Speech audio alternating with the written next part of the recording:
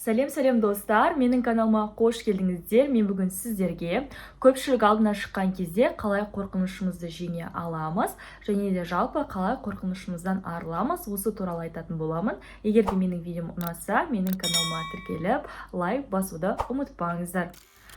Достар, сіздер білесіздер, қорқыныш ол әр адамда болады, және де жалпы негізі статистика бойынша ең алдымен адамдар бірінші кезекте өлімнен қорқады және екінші кезекте көпшілік алдына шығып сөйлеуден қорқады екен. Жалпы неліктен біз көпшілік алдынан қорқамыз? Өйткені білесіздер, біз көпшілік алдына шыққан кезде жұрттың ойын білгіміз келеді, немесе бір кісі бізге жаман қарап тұрса, мына кісі не үшін маған жаман қарап тұр екен, менің бір жерім дұрыс емес пе, немесе мен дұрыс киінбедім бе, дұрыс сөйлемедім бе деген сынды өзімізге іштей критика жасап, яғни сын айтып, біз өзімізді негативке бағыттаймыз да, осының салдарынан біз қорқа бастайды екенбіз. Жалпы негізі достар, осы көпшілік алдында сөйлеуге байланысты кейбір адамдар түрлі қызықты кеңестер беріп жатады. Мысалға, бір кісілердің айтуы бойынша, егер де сіздер көпшілік алдына шығып сөйлеген кезде көпшілік адамнан қорқатын болсаңыз, онда сіздің алдыңызда тұрған адамдарды қияр деп ойлаңыз, немесе өзіңіздің сүйікті жемісіңіз, немесе сүйікті көкөнісіңіз деп ойлап, соларға қарап өзіңіздің сөзіңізді жалғастырыңыз деп айтқан екен. Әрине бұл қызықты жай ғана кеңес, бірақтан да енді ол кеңесті сізге ұстануға немесе ұстанбауға кеңес бермейміз. Өз еркіңізде. Ең бастысы бізде маңызды кеңес ол қорқыныштың себебін анықтау және де онымен күресу. Мысалға айтатын болсақ, сіз көпшілік алдына шыққан кезде қорқасыз. Сіз неден қорқасыз? Бір кісілер мысалға сөзін ұмытып қалудан қорқады. Егер де сіз мысалға әдемі бір тойға бардыңыз, әдемі тілектеріңізді барлығын жаттап бардыңыз, бірақ барған кезде сіз ол тілекті ұмытып қалуыңыз мүмкін. Сол үшін де егер сіз осындай жағдайдан қорқатын болсаңыз, онда алдын ала сіз параққа өзіңіздің тілегіңізді жазып алсаңыз болады. Мысалға, сіздер көресіздер ғой, егер де тойларда өте әдемі өлең шумақтарын немесе өте әдемі тілектерді қағазға жазып алып, жастар болсын, үлкен кісілер болсын айтып жатады. Онда тұрған ештеңе жоқ. Қайта ол кісілер сіздің қағазыңызға емес, сіздің қандай эмоциямен айтып жатқандығыңызға және ол тілекті шын жүректен айтып жатқандығыңызға қарап отырады. Немесе сіз өлең шумақтарын айтсаңыз, ол жерде тіпті сізге сүйсініп жұрт қарайтын болады.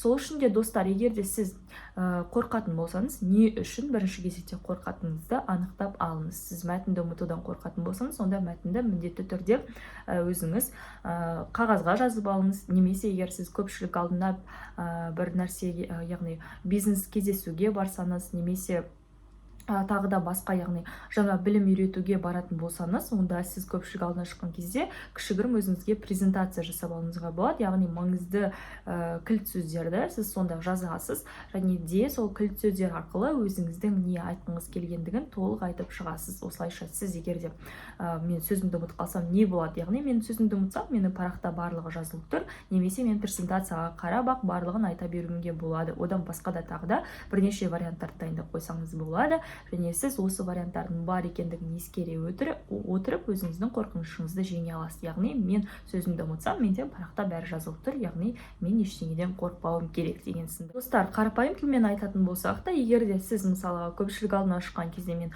құлап қалудан қорқамын дейтін болсаңыз, онда сіз сол жерде, яғни өзіңіз жаттығып жатқан жеріңізде арнайы өзіңіз құлап көріп, қайтадан орнынан тұрып, осылай өзіңіз жаттығып көрсеңіз болады. Жалпы сіз неден қорқасыз? Қорқынышыңызды өзіңіздің жасыруға тырыспаңыз. Сіз өзіңіздің қорқынышыңызды анықтап, қайта соны жоюға тырысу керексіз. Яғни құлап қалудан, мәтін ұмытып қалудан, немесе дұрыс сөйлей алмай қалудан қорқатын болсаңыз, онда артикуляциялық жаттығуларды міндетті түрде жасаңыздар, достар.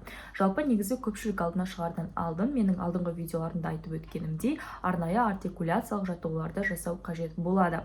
Яғни сіздер артикуляциялық жаттығуларды жасаған кезде сіздің сөздеріңіз өте әдемі әрі анық шығады. Және де достар, сіздер мысалға артикуляциялық жаттығуларды жасағанның өзінде де сіздер қобалжып, яғни көпшілік алдына шыққан кезде біз қобалжып қаламыз. Яғни біз өзіміздің не айту керектігімізді білсек те, бірақ қобалжығанның салдарынан деп бірнеше минут тұрып қалуымыз мүмкін.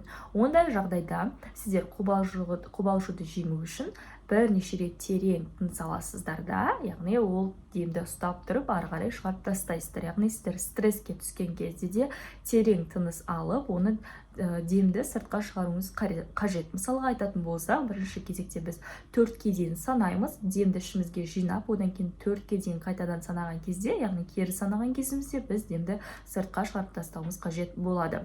Олай болса менімен бірге жасап көріңіздер. 2, 3, 4.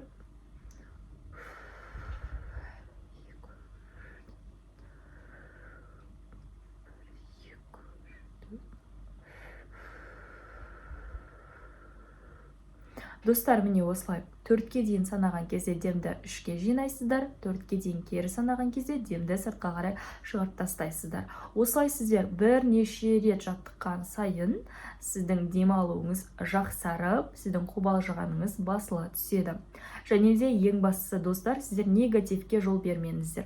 Егер де құлап қалсаңыз да, ой, мен құлап қалдым, мен туралы басқалар не ойлайды, мен ұят болды ғой, тағы басқа нәрсе деп ойлайды, ал негізі шын мәнісінде сіздің құлап қалғаныңызды тіпті адамдар байқамай да қалуы мүмкін. Мысалға, бірнеше адамдар ғана сізге әр қимылыңызға қарап отырса, демек олар сіздің құлап қалғаныңызды байқайды. Ал басқа адамдар болса өздерінің ойларымен, немесе сіз айтып жатқан мысалдарды терең ойланып, сол ойға шомып кетсе, онда сіздің құлағаныңызды да байқамай қалуы мүмкін. Және де достар, ең бастысы, сіз көпшілік алдына шыққан кезде, жалпы негізі статистика бойынша сізді 10% адамдар ғана қалайсыз, не істеп жатсыз, не айтып жатсыз, қандай дикциямен айтып жатсыз, барлығын, яғни бастан аяқ тыңдайды екен. Ал қалған 90% адамдар, олар сізді тыңдамайды, яғни сіздің бет әлпетіңізге қарап, басқа нәрселерді ойлап кетуі мүмкін, немесе өзінің тағы да бір жоспарларын, өзінің одан кейінгі іс-әрекеттерін ойлауы мүмкін. Сол үшін де ешқандай да сіз уайымдамай, өзіңіздің сөзіңізді ұмытсаңыз да, ары қарай жалғастыруға кірісуіңіз қажет болады. Көпшілік адамдар жалпы сізді тыңдаған кезде сізден не алғысы келеді? Осы 3 нәрсені ұмытпаңыз. Ол бізде эмоция, яғни сіз тіпті құлап қалсаңыз да, сөзіңізді ұмытып қалсаңыз да, ол сіздің эмоцияңыз, яғни шынайы сіздің эмоцияңыз көрінген кезде адамдарға ол ұнауы мүмкін. Одан кейін бізде пайдалылық, яғни сіздің айтып жатқан дүниеңіз оларға пайдалы болса, олар сізді міндетті түрде тыңдайды, және де сіздің кез келген сөзіңізді, ақпаратыңызды олар жазып алуға тырысады. Ал үшінші кезекте, яғни қызық болуы.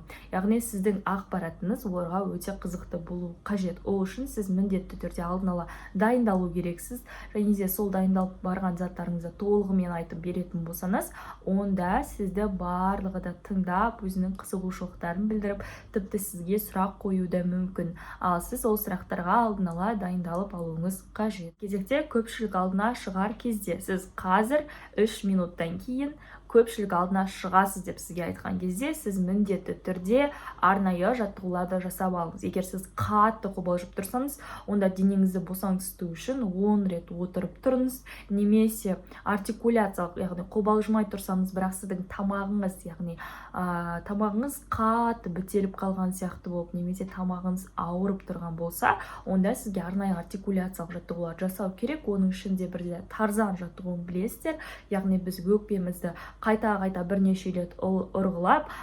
деп, яғни терең тыныс аласыздар да, осылай деп, яғни тарзан сияқты өзіміздің біз өкпе тұсымызды бірнеше рет ұрғылауымызға болады. Немесе а дыбысын, жалпы дауысты дыбыстарды 10 секунд, 20 секундқа дейін терең тыныс алып, соларды айтуыңызға болады.